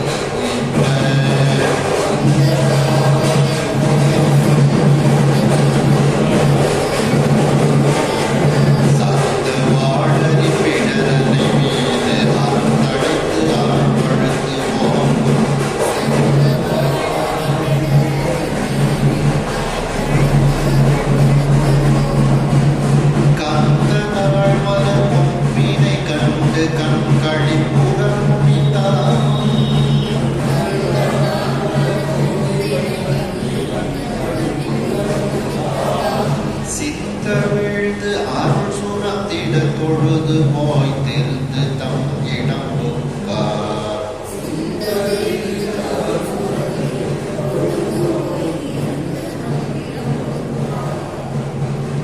வந்த காவலர். இவ்வாறு மதுரைக்கு வந்த அரசர்கள், காவலர்னா இங்க அரசர்கள், மேலே கூறப்பட்ட அந்த அரசர்கள் எல்லோரும் வருகின்றார்கள். எந்த அரசர்கள் வந்திருக்கின்றார்கள் என்று உளையர் சென்று உணர்த்தினர். உளையர்னா வாயில் காவலர்கள். வாயில் காவலர்கள் சென்று தடாதகை பிராட்டியாருக்கு எடுத்து கூறுகின்றார்கள். இந்த நாட்டிலிருந்து அரசர்கள் வந்திருக்கின்றார்கள் என்று எடுத்து கூறுகின்றார்கள். உடனே அவர்களை மீனாட்சி அம்மை அவர்களை வருக வரச்சொல் என்று சொன்னவுடன், வருக என்ன மீனாட்சி அம்மை சொன்னவுடன் அவர்கள் உள்ளே வருகின்றார்கள். அவர்களை அந்த வாயில் காவலர்கள் அருகு உய்ப்ப மீனாட்சி அம்மைக்கு அருகில் அவர்களை நிறுத்தி வைக்கின்றார்கள். அருகே கொண்டு செல்கின்றார்கள். சந்த வாழ் அரிப்பிடரனை மீது மீனாட்சி அம்மை இங்கே எப்படி இருக்கின்றாள் அப்படின்னா, அந்த ஒளி பொருத்திய அரின சிங்கம், அந்த சிங்காசனம், பிடரனை அணைனா மேடை, இங்க சிம்மாசனம், அந்த சிங்கங்கள் தாங்கக்கூடிய பிடர், அந்த சிங்கத்தினுடைய பிடரி தாங்கக்கூடிய அந்த சிங்காசனம், அந்த சிங்காசனத்தின் மீது அறம் தழைத்து, அறம் தழைப்பதற்காக அங்கே மீனாட்சி அம்மை அந்த சிங்கத்தின் மீது அமர்ந்திருக்கின்றாள். மேலும் அருள் பழுத்து ஓங்கும் கந்த நாள்மலர் கொங்கும், அருளே உருவமாக, அருள் பழுத்து ஓங்கும் உருவமாக அந்த மீனாட்சி அம்மை இருக்கின்றாள். மேலும் கந்த நாள் மலர் கொம்பினை வாசனை மிகுந்த அன்றைக்கு பூத்த மலர் போன்று இருக்கக்கூடிய அந்த கொடி கொம்பு போல மீனாட்சி அம்மை அந்த சிம்மாசனத்தில் இருக்கின்றாள். அதாவது மீனாட்சி அம்மை தர்ம சம்பர்த்தனியாக இருக்கின்றாள். அறம் தழைத்து அறம் வளர்த்த நாயகியாக அவள் இருக்கின்றாள். அருளுக்கே உரியவளாக இருக்கின்றாள். அருள் பழுத்து ஓங்கும் கொம்பாக இருக்கின்றாள். மேலும் வாசனை மிகுந்த அன்றைக்கு பூத்த மலர் கொடி போல அவள் அங்கே இருக்கின்றாள்.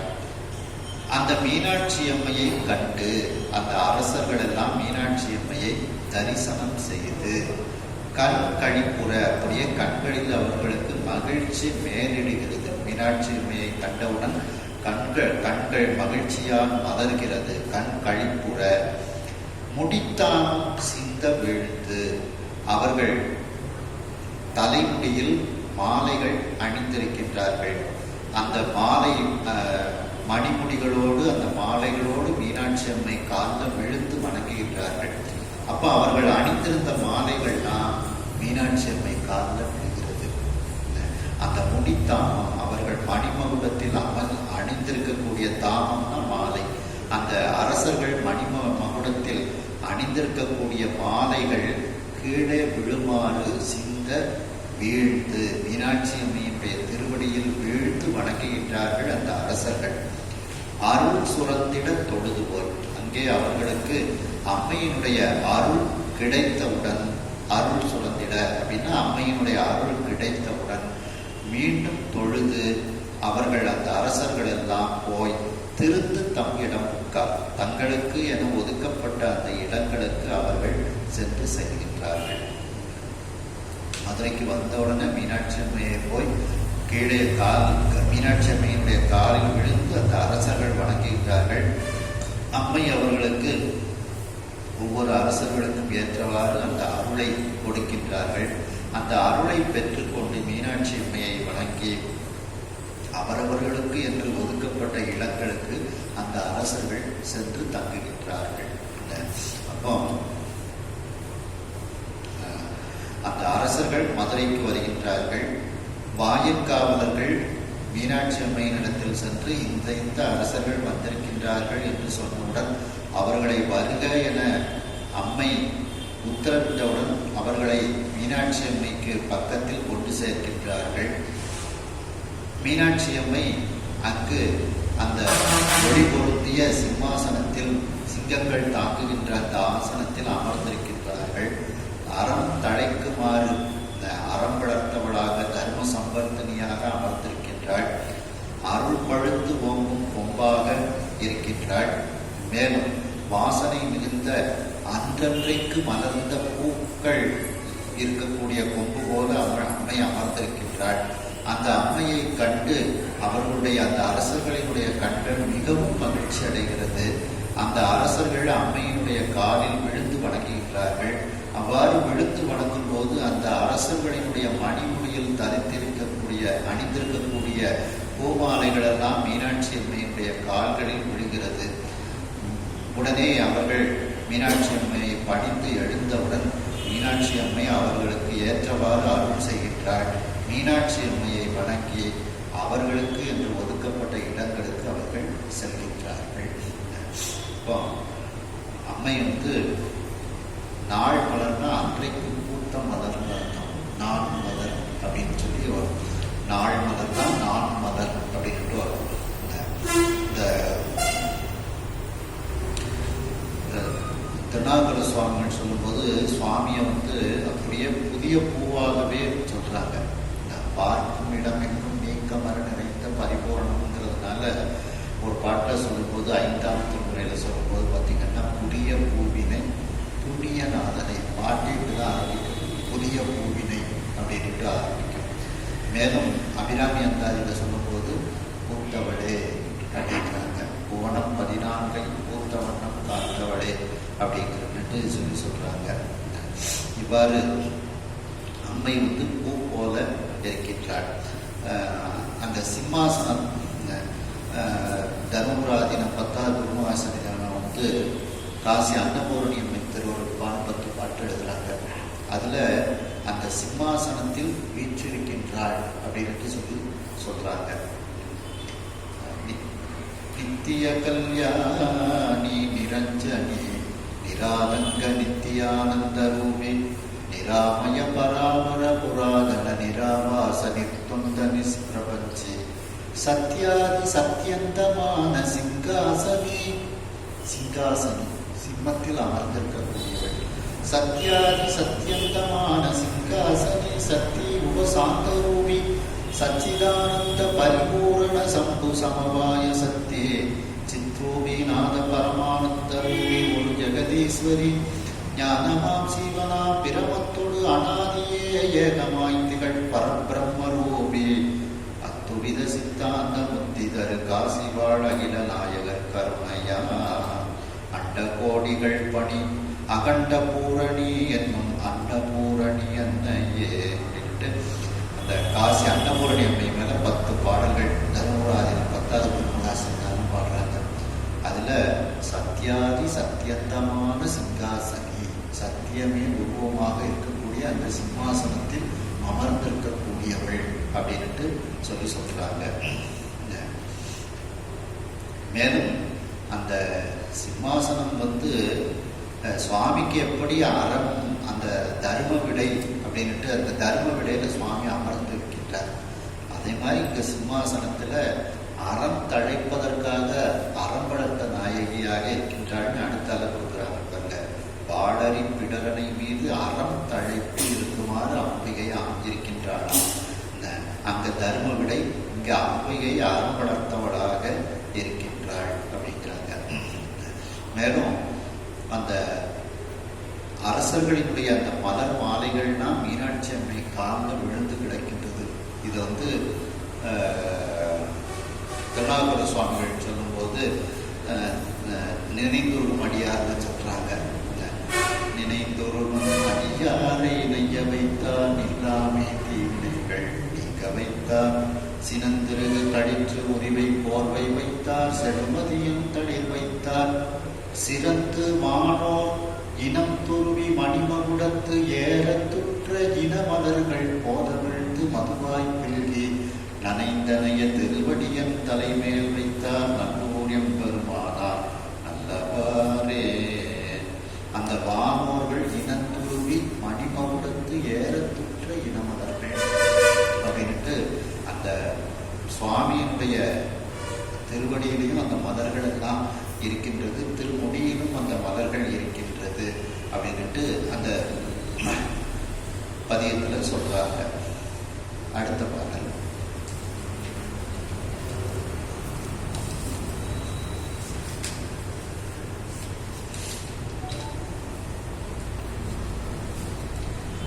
வரை வழங்களும் புறவினில் வழங்களும் மருதத்தன் பதிவேரே.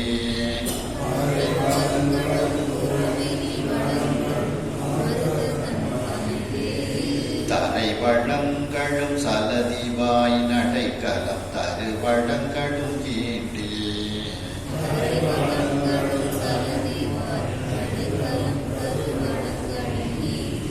உரைவரம்பு அறமங்கலம் பொலிந்தது இம்மூர் இனி நான் வேத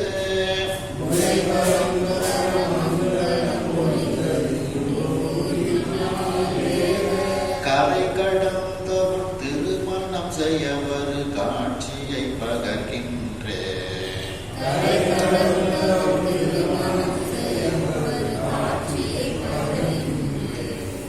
வரை வழங்கள், வரைன மலை, மலையிலிருந்து மலையும் மலை சார்ந்த பகுதி குறிஞ்சி நிலம், அந்த குறிஞ்சி நிலத்திலிருந்து பெறக்கூடிய வளங்கள், அந்த வளங்கள். மேலும் புறவினில் வளங்களும், புறவுன்னா காடு, காடும் காடு சார்ந்த பகுதி முல்லை, அந்த முல்லை நிலத்திலிருந்து பெறக்கூடிய வளங்களும், மருதத்தன் பனைவேலி தரை வளங்களும், அந்த மருத நிலமாக இருக்கக்கூடிய குளிர்ச்சி பொருந்திய அந்த வேலினா வயல்கள், வயல்கள் சூழ்ந்த அந்த மருத நிலத்திலிருந்து, அந்த தரையிலிருந்து, வயல்களிலிருந்து கிடைக்கக்கூடிய வளங்கள், இந்த வயல் சார்ந்த பகுதி மருத நிலம். சலதிவாய் நடைக்கலம் தரு வளங்களும் ஈட்டி. சலதின கடல், அந்த கடலில் செல்லக்கூடிய நடைக்கலம் அப்படின்னா கப்பல், அந்த கட்டுமரம்.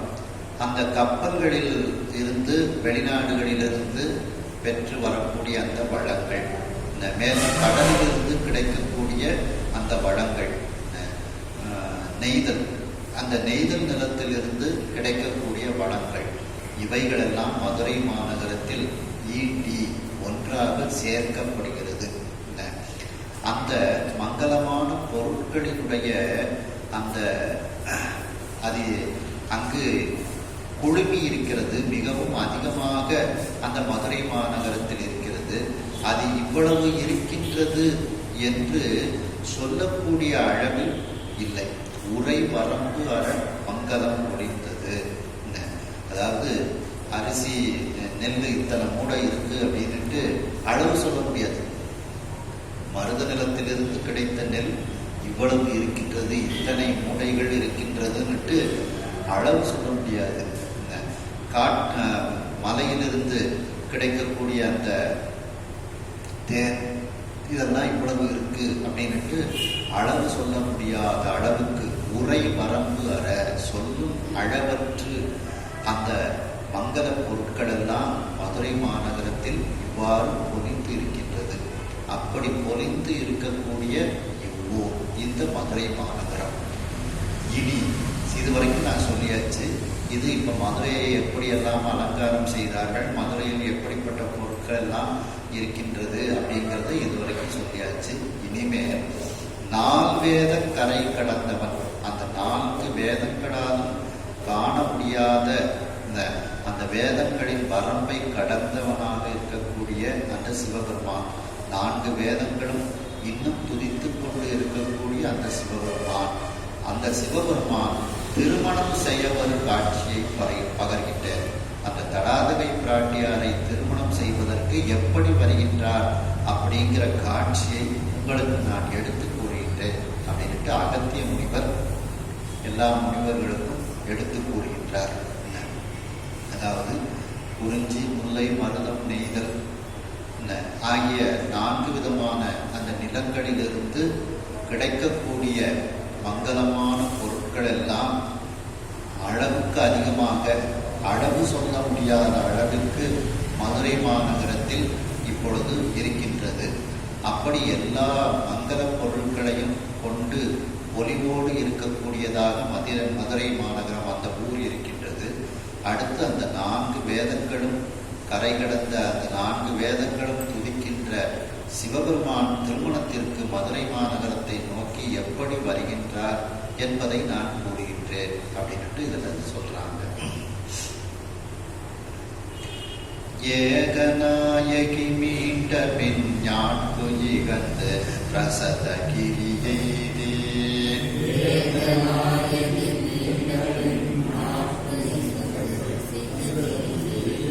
அதுல ரசிதன் இருக்கு, ரசத சீய சாணாவாக்கிடணும். ரசதகிரி பெருமாளே அப்படின்றதுல ரசத. நாகநாயக மணியணி சுந்தர நாயகன் உயிர்கெல்லாம்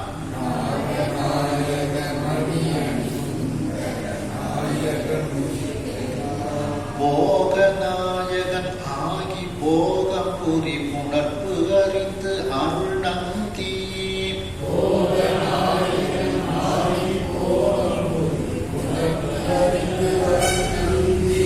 மாகநாயகன் மாலையன் உருத்திர வரவின் மேல் மனம் வைத்தார்.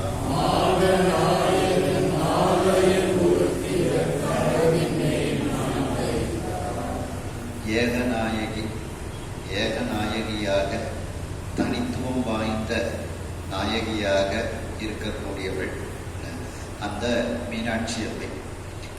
அந்த தடாதகை பிராட்டியார் மீண்ட பின் கைலாயத்திலிருந்து மதுரை மாநகரத்திற்கு வந்த பின், அதற்கு பிறகு ஞாட்பு இகந்து, ஞாட்புன்னா போர்க்களம், இகந்துன்னா நீங்கி, அந்த போர்க்களத்திலிருந்து நீங்கி ரசதகிரியை சிவபெருமான் வந்து அந்த ரசதகிரியாக இருக்கக்கூடிய வெள்ளி மலையாக இருக்கக்கூடிய கைலாய மலையை அடைகின்றார்கள். அந்த சிவபெருமான் எப்படிப்பட்டவன் என்றால் சுந்தர நாயகன், அழகு நாயகனாக அவன் இருக்கின்றான். சோமசுந்தர பெருமானாக இருக்கின்றான்.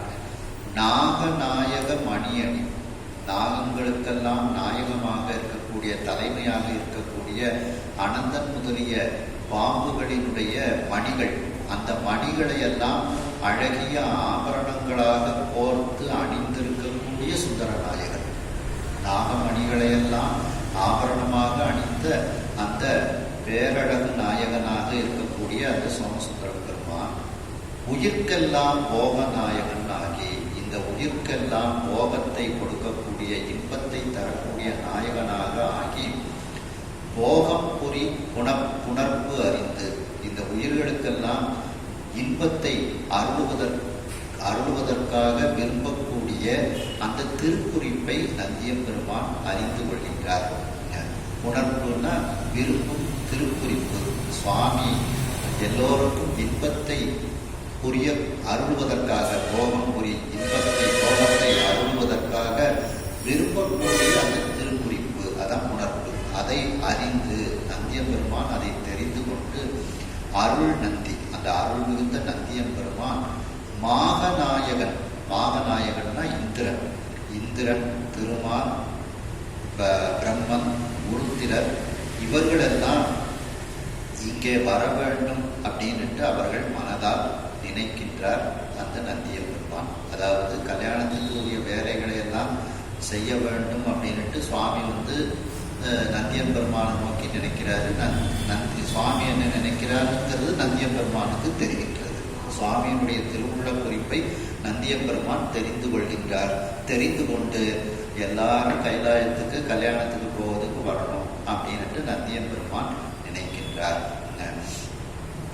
ஏகநாயகி அப்படின்னா தனித்துவம் வாய்ந்த, யாரும் ஒப்புமை சொல்ல முடியாத, அழகுக்கு ஒருவரும் ஒவ்வாத வந்தியாக இருக்கக்கூடிய நாயகி. ஒருவன் என்னும் ஒருவன் காண்க அப்படிங்கிறது மாதிரி அம்பிகையும் அவளுக்கு ஈடு இணையாக யாரும் கிடையாது. ஆகையினால் அவள் ஏகநாயகி. ரசதகிரி, அதாவது திருப்புகழ்ல வருது பார்த்தீங்களா, ரசதகிரி அப்படியே வெள்ளியை உருக்கி விட்டார் போல அந்த கைலாய மலை வந்து, ரசதம்னா வெள்ளி, அந்த வெள்ளியை உருக்கி விட்டார் போல இருக்கிறது. அதனால அதற்கு பேர் வெள்ளிமலை கைலாயகிரி. பூமி அதனில் பிரபுவான புகழையில் வித்தகர் போல அமிர்தகவின் துடைபாட அடிமை தனக்கு அருள்வாயே, சமரில் எதிர்த்து அசுமாட தனியையில் விட்டு அருள்வோனே, நமசிவையும் கொள்வோனே, ரசதகிரி பெருமாளை அப்படின்ட்டு திருப்புகழ்ல அந்த ரசதகிரி பெருமாளை பற்றி, சிவபெருமானை பற்றி சொல்றார். அந்த ரசதகிரியில சிவபெருமான் இருக்கின்றார், முருகப்பெருமான் இருக்கின்றார். அப்படிப்பட்ட அந்த ரசதகிரி கைலாய மலைக்கு சுவாமி வந்து செல்கின்றார் அப்படின்ட்டு சொல்றாங்க. திருமணம் செய்ய வேண்டும், அந்த திருமணத்திற்கு எல்லாரும் வர வேண்டும் என்று சுவாமி நினைக்கிறாரு. அந்த சுவாமியினுடைய திருவுள்ள குறிப்பை நந்தியம்பெருமான் தெரிந்து கொண்டு எல்லோரும் கைலாயத்திற்கு வர வேண்டும் அப்படின்ட்டு நினைக்கிறாங்க. சங்கு கண்ணனை ஆதிய கணாதிபர் தமை விடுத்தன அண்ணார்,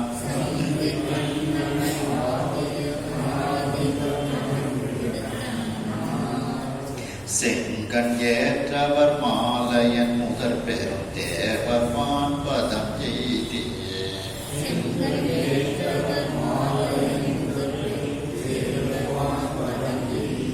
எங்கள் நாயகன் திருமண சோபனம் இயம்பினார் அது கேட்டு,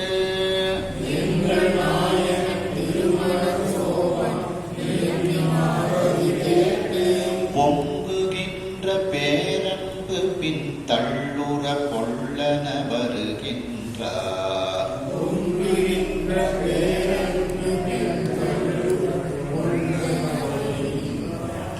சங்கு கண்ணன் முதலிய அந்த தூதுவர்களை எல்லாம் கணங்களுக்கு அதிபர்கள், இந்த பூதகணங்களுக்கு தலைவர்களாக இருக்கக்கூடிய சங்கு கண்ணன் முதலிய அனைவரையும் அந்த திருமண செய்தியை சொல்லிவிட்டு வாருங்கள் என்று ஒவ்வொரு உலகத்திற்கும் நந்தியம் பெருமான் அனுப்பி வைக்கின்றார். அதாவது சங்கு கண்ணனை முதல் ஆதிய கணாதிபர், கணங்களுக்கு அதிபர்கள் அத்தமை விடுத்தனர் திருமண செய்தியை சொல்வதற்காக அனுப்பி வைக்கின்றார். அன்னார் அவர்கள் செங்கண் ஏற்றவர் சிவந்த கண்களை உடைய உருத்திர உலகத்திற்கு செல்கின்றார்கள், மால் உலகத்திற்கு செல்கின்றார்கள்.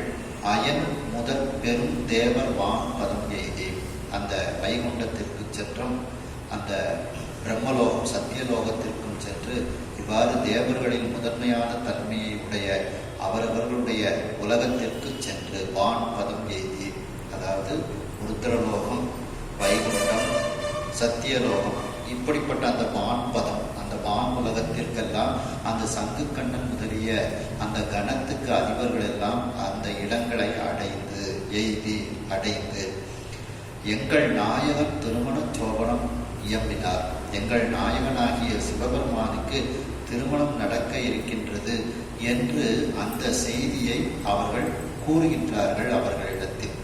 அது கேட்டு அதை கேட்டவுடன் பொங்குகின்ற பேரன்பு, அவர்களிடத்தில் அன்பு வந்து மிகப்பெரிய அன்பு பொங்குகின்றது. பின் தள்ளுற பொள்ளென வருகின்றார். அந்த அன்பு அவர்களை பிடித்து தள்ள விரைவாக அவர்கள் கைலாயத்தை நோக்கி அவர்கள் வருகின்றார்கள். அதாவது சங்கு கண்ணன் முதலிய அந்த கணங்களுக்கு அதிபர்களை எல்லாம் பல உலகத்திற்கு நந்தியம் பெருமான் திருமண செய்தியை சொல்லி அவர்களை வருமாறு சொல்லுங்கள் என்று அனுப்பி வைக்கின்றார். அந்த சங்கு கண்ணன் முதலிய அந்த பூதகணங்களினுடைய தலைவர்கள் எல்லாம் ஒவ்வொருவர் ஒவ்வொரு உலகத்திற்கு சென்று உருத்திரலோகம், திருமால் இருக்கக்கூடிய வைகுண்டம், பிரம்மன் இருக்கக்கூடிய சத்தியலோகம் முதலிய பல தேவர்கள், பெரிய தேவர்கள் எல்லாம் இருக்கக்கூடிய அந்த வான் பதம் செய்தி அவர்களுடைய இடத்திற்கு சென்று சிவபெருமானுடைய திருமண செய்தியை கூறுகின்றார்கள். இந்த நாளன்று திருமணம் நடைபெற இருக்கின்றது, எல்லோரும் வாருங்கள் என்று கூறுகின்றார்கள். அந்த செய்தியை கேட்டவுடன் அவர்களுக்கு இறைவன் மீது மிகவும் பேரன்பு உருவாகின்றது. அவர்கள் அந்த அன்பு அவர்களை தள்ள உந்தி தள்ள அவர்கள் விரைவாக கைலாயத்தை நோக்கி வருகின்றார்கள் என்று இந்த அளவில் இந்த சிந்தனையை நிறைவு செய்து அடுத்த சிந்தனையில் மீண்டும் நாம் தொடர்போம். ஹர நம பார்வதி பதையே ஹர மகாதேவா. கையிலாய பரம்பரையர் சிவஞான போதனரி காட்டும் வெண்ணை பயில் வாய்மை கண்டாம் சந்ததி கோமை ஞான பானுவாகி உயிலாரும் பொழில் திருவாவடு துறைவாள் குரு நமச்சிவாய தேவன் சயிலாதி மரபுடையோ திருமரபு நீடோழி தழைகன் மாதோ வெற்றிவே